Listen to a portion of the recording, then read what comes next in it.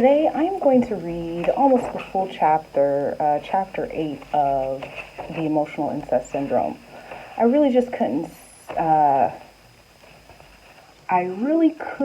see how to integrate this without using her exact words into a writing. So, what I am trying to show you here,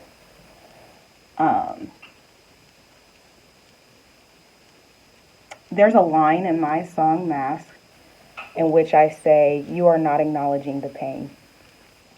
And this chapter shows it fully, what I am trying to explain to you. And also, it shows the let it go mantra. It shows the get over it. The things that we say to each other when it comes to experiences that are less than savory. So in order to understand how this is branching out into society and how we are repressing each other, I've already read a part of this chapter. In the last video for sadistic personality, I touched on repression and the chosen child. So, I'm actually not going to read the full chapter because I realize this chapter is really long. It's really long. I'm going to read 2 parts. 2, 3. 3, 4 parts. 4 parts. It's a total of 3 pages. And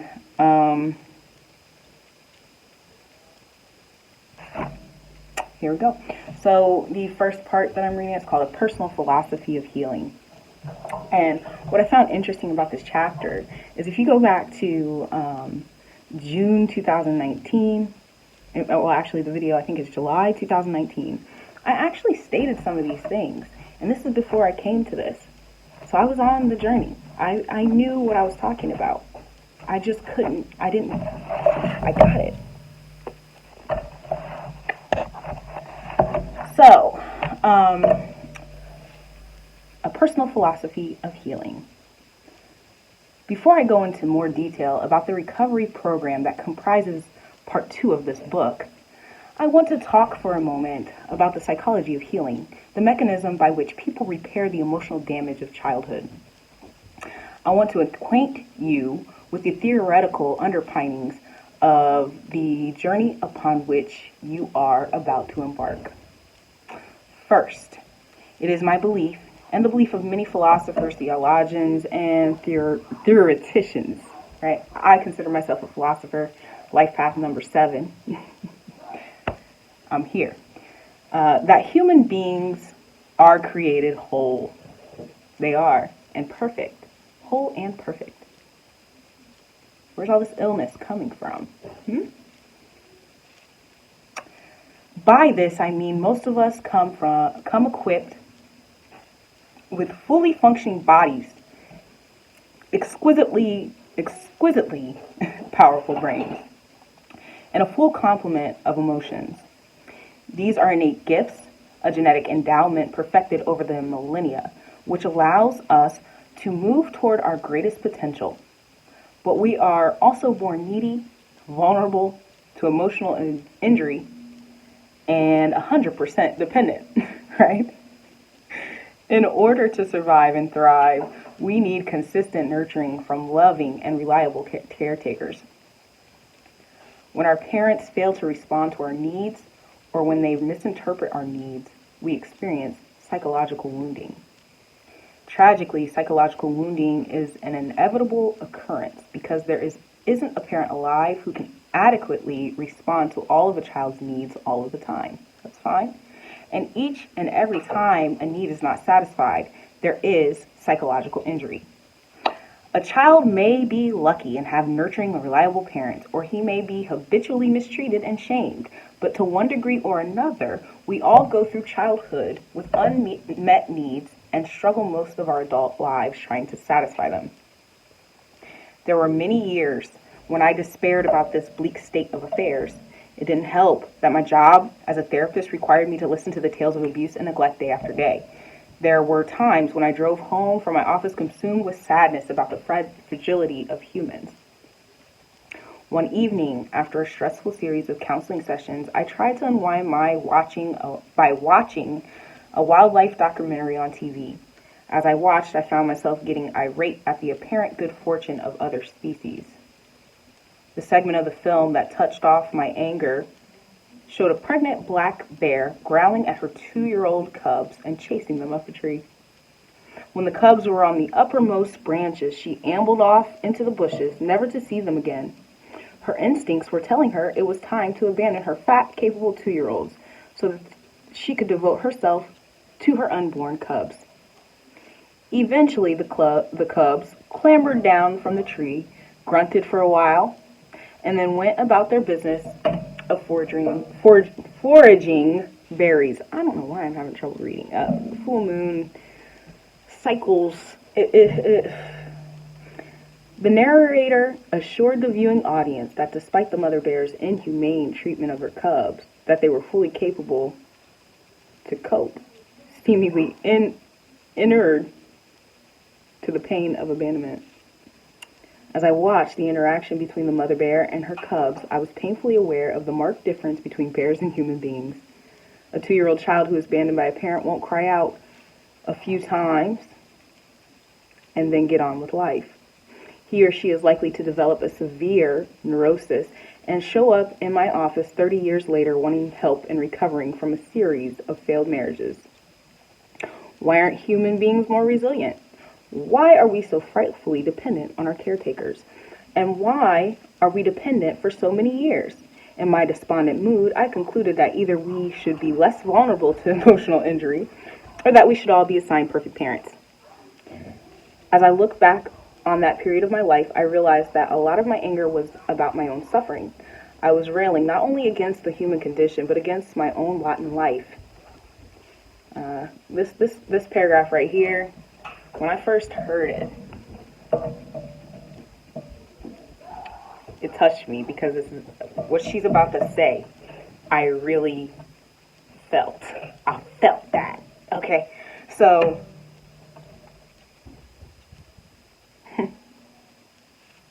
I was furious that I had been such a vulnerable little girl and had been raised by such neglectful parents. It wasn't fair. I was tired of dealing with the ramifications of my imperfect childhood day after day, of having a hair trigger around abandonment issues, and of overreacting to everyday events. I was tired of having to be in therapy year after year to mop up the damage that took place so long ago. In the back of my mind, something else was troubling me as well. I was not only upset by my personal plight, but troubled by a vague sense that there must be some positive counterbalancing force I was overlooking. A part of me refused to believe that we would be created so vulnerable to emotional injury. Years later, when I stumbled upon the reality of an innate self-healing capacity, I felt a surge of elation. The world made sense to me once again. The dark forces of evil no longer held sway. I was filled with a new optimism, not only about the state of humanity, but my own journey to recovery. And look, I feel the same. You watching me, I feel the same. I feel the same. So, the revelation came from a helpful source, a book titled The Theory of Reevaluation Counseling by Harvey Jackins. What became clear to me after reading this book was that although human beings are born dependent and vulnerable, they are also born with a spontaneous mechanism for healing. For every psychological injury, there is an automatic regenerative response. The reason I have been unaware of this self-healing potential is that it is so easily damaged. By the time most children are 2 or 3 years old, their well-intentioned parents have inadvertently interfered with the process. And that comes from a cycle of it, right? So if I was raised with covert emotional incest, it means my parents were raised that way, and their parents were raised that way, and their parents before them were raised that way. It is a generational thing that causes this inadvertent process. So, without realizing it, they have made their children even more vulnerable to the imperfect parenting. So this is going to especially be for those who have it to a lesser degree. Like I keep saying, mine was so extreme so I could see the smallest instance. I can see it. And so I'm trying to bring y'all this message. So the first, the next segment is called The Miracle of the Self-Healing Child. So what is this self-healing process? The best way to find out is to observe very young children. Imagine a 3-year-old playing in a sandbox in a crowded park while his father keeps watching nearby. The child is absorbed in play, but every once in a while he glances up to make sure his father is still there. He's old enough to play on his own, but young enough to still need frequent checking. Like my 3-year-old. You see, he comes in periodically while I'm recording videos just to see if I'm there, but if you notice, he tends to go back out and do his thing. He's just, hey mom, hey. He's 3. So perfect example. When the child looks up, he is startled to discover that his father is nowhere in sight. He scans the area around and he does not see him. He eventually wanders off, and the father and the child are separated. By the time the father has discovered the son's disappearance, he is frantically searching the playground, and he berates himself for leaving the precious boy unattended for a few minutes. They do meet back up. This is a common occurrence. It is likely that most children have been separated from a parent for at least 5 minutes and have come face to face with the terror of abandonment. Now, what was underscored for me in Harvey Jackson's book was that whether the little boy will be scarred by the episode or experience only a brief setback depends on what happens in those next few minutes. It's literally split seconds that you can program your child by accident. So, if the father allows his son the full and natural expression of his emotions, the boy will quickly recover from his fear. He will go through an automatic regenerative response. He will be overcome with relief to see his father. More tears may come, brought on by the safety of being in his father's arms. He may sob deeply and cling tightly to his father. Depending on his temperament and verbal ability, he may talk about being lost and about a big dog scaring him. Oh, I skipped a little bit. He came face to face with a dog, and it scared him. So he may cry for what seems like a long time and be afraid to go back to the sandbox unless his father is willing to play with him. So, to the father, the child's reaction is likely to seem excessive. After all, his son was out of his sight for only a few minutes. But a wise father will permit the boy to go through the entire debriefing process. He will hold his son, listen to his expression of fear, acknowledge the reality of his terror, let him cry and talk for as long as he wants to, and comply with the request for extra closeness. He will let his son's instincts determine his response. If the boy is permitted to cycle through this natural progression of emotions, neither stifled nor abetted, he will eventually calm down and go to the sandbox. The event will pass like a blip on a screen, leaving only a trace of its occurrence. Now, as simple as it would be to allow the boy full expression of his emotions, few parents do it. One way or another, they would not allow him to work through his terror of abandonment. He would be negated, blamed, coddled, belittled, or stopped in midstream. Here are some ways that various types of parents might interfere with the process. And we are all guilty of this. When I get done with this, we're going to talk. Okay? So, angry, blaming parent. Why did you wander off like that? You should have stayed put. You are a bad boy for scaring me. Don't ever do that again. Overprotective parent. Poor little baby. I was so worried about you. Did you get hurt? Let's go home. There's a fence to keep out big dogs. I should have never taken you to the park. You're not safe. Diminishing parent. Good grief. What are you crying about? I only went off to the water fountain. There's no reason to be worried. And why are you so afraid of a dog? He wouldn't hurt you. How dare you be scared? Distracting parent. Don't cry, honey. I know what will cheer you up. Let's go get a big ice cream cone. Oh, look at that puppy over there. Isn't he cute? Would you like to pet the puppy? And a sexist parent. Oh, you look like a girl when you blubber like that. Come on, son. Shape up. Big boys don't cry. Make daddy proud of you. Let's find that dog and show him a thing or two.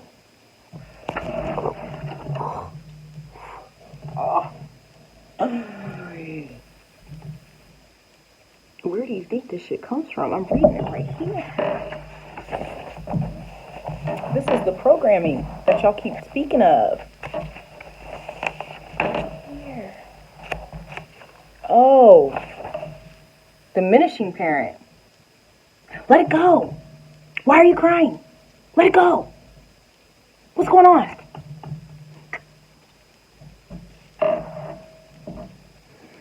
One way or another, these parents would invade the boy's emotional space because his natural healing response would be short-circuited. The brief experience in the park would remain a live issue in his psyche.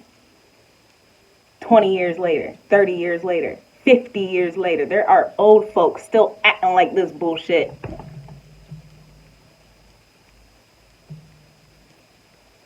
So, just as children have a natural way to work through fear, they have a built-in way to process all their other intense emotions, including anger, apprehension, joy, and sorrow. The anger response, like the fear response, is a frequent target for repression. Imagine a 6-year-old girl who is angry at her 10-year-old brother for teasing her in response. She might make an angry face, yell at her brother, and strike at him with her fist. It's an instinctual, energizing reaction designed to protect her from danger. Someone is violating her sense of well-being, and she's afraid that if she doesn't stop the intruder, she'll get hurt.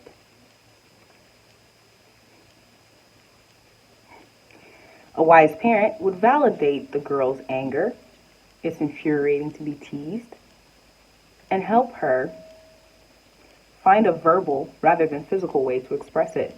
You are very mad at your brother for teasing you, says this model parent. I would be too. Tell him in words how angry you feel. He needs to know. This way, the girl can protect herself from physical violence. I read that wrong. This way, the girl can protect herself from her brother and purge herself of anger without having to resort to physical violence. There you go. Her self-protective anger remains intact. It has simply given her a more civilized form of expression. Now, if you're not doing that, let's see, less knowledgeable parents interfere with the children's anger by ridiculing them. So, further teasing. Ignoring them, isolating them, goading them on to greater violence. Go ahead and knock him out. If you don't beat that kid's butt, and I hear about it, I'm gonna beat your butt too. Ever heard that? This is it. Right here. I'm gonna keep winking today. Because I'm not stupid. I'm not blocked. I did the work. I found what's going on here. It's right here. In this stupid ass book. I'm sorry, I don't even mean to call it stupid ass book. Miss Love, Miss Patricia Love, your book is profound, ma'am. Mr. Kenneth Adams, your book is profound, sir. You just unlocked a code, you know? Whew. Anyway. They will goad them onto greater violence, punish them, distract them, hit them, or try to make them laugh. When a parent interferes with a child's anger response in these heavy-handed ways, the anger increases and is redirected at the parent. Now the parent is the one who's violating the child's sense of well-being by interfering with a natural and necessary outlet of emotion. Most parents stifle this secondary outburst of anger. Don't make that face at me. What a naughty girl. You'll get a licking for that. Shame on you. Instead of allowing the anger to flow through the child's system, the first time it's expressed, the parent unwittingly fans the anger and then dams it up. The anger becomes trapped in a little girl's stomach, muscles, and jaw and becomes an enduring wound. If the parent represses the girl's anger not just once but over and over again, a deeper injury occurs. The girl will eventually dismantle her anger response. Ultimately, it's safer for her to cut off a part of herself.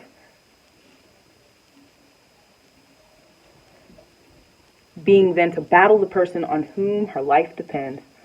When her brother abuses her, she will no longer respond with a surge of anger. She'll find some other route. She might run to her mother for help, or pretend she's not mad, or find more devious ways to get back at him. Sadistic behavior. The clean, instant, automatic response will be gone. This is where you get a coping mechanism. How do I cope with this anger? What can I do? I'll destroy something.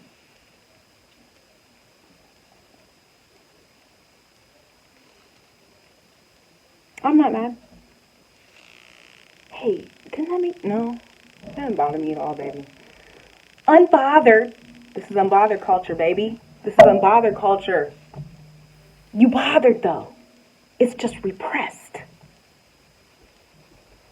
I have a vivid memory of Jim, an overweight, friendly-looking man who came with his wife to one of my marriage workshops. He, like many others, had lost his capacity to respond normally to pain and fear. When he was asked to write down a list of painful memories from his childhood, he came up with a blank slate. Try as he might, Jim couldn't think of a single instant when he had been afraid or unhappy. His wife was very annoyed with him, not only because he was slow in completing the exercise, but because he rarely showed any reaction to anything. He went through life with a placid grin, seemingly impervious to pain. She felt as if she were living with a zombie. Overcome with frustration, she waved her hand and begged me to come over to help. I talked with Jim privately for a few minutes and quickly garnered the following facts. His father had died when he was 3 years old. His mother had a full-time job and would come home from work every evening and drink herself into a stupor. He had been rejected by his 2 older brothers and rarely allowed to join in their play. His mother had later married a violent man who, among other things, fired a bullet at Jim while he was lying asleep in bed, the bullet hitting the pillow a few inches from his face. Jim rattled off this information to me as if he were reading numbers from a phone book. Why didn't you put any of this down on your childhood injuries? I asked. Because those things didn't bother me, he said, matter-of-factly. You said we should write down things that made us angry or scared or sad. I wasn't bothered by those things. They just happened. I didn't feel much one way or the other. I wasn't happy. I wasn't sad. I guess I was just locked in neutral. At some unknown point in his childhood, Jim had experienced such trauma that he had numbed himself to emotional injury. His natural expression of anger, fear, and sorrow had been numbed by a self-administered drug. This psychic surgery may have made him invulnerable to pain, but it also made him a stranger to joy. So,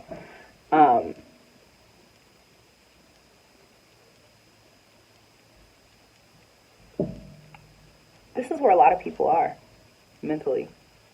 I know about it. I had someone, same thing, told me a whole bunch. So-and-so did this to me, so-and-so did this to me, I had this happen, I was shot when I was a child, and I'm so sorry all this happened to you. It's whatever.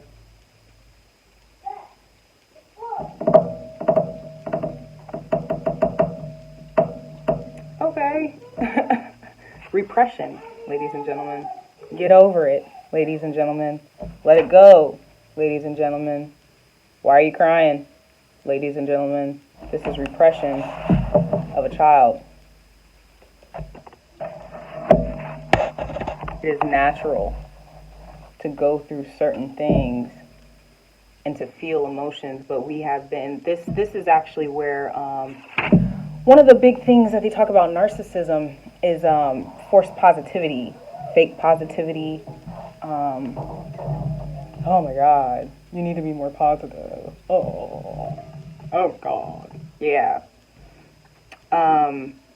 In order to get to the positive and be really positive, you actually do have to face the negative. You do. You can't just let it go. You need to process what has happened so that you can keep it from becoming a hindrance. I was not allowed to process anything that happened to me.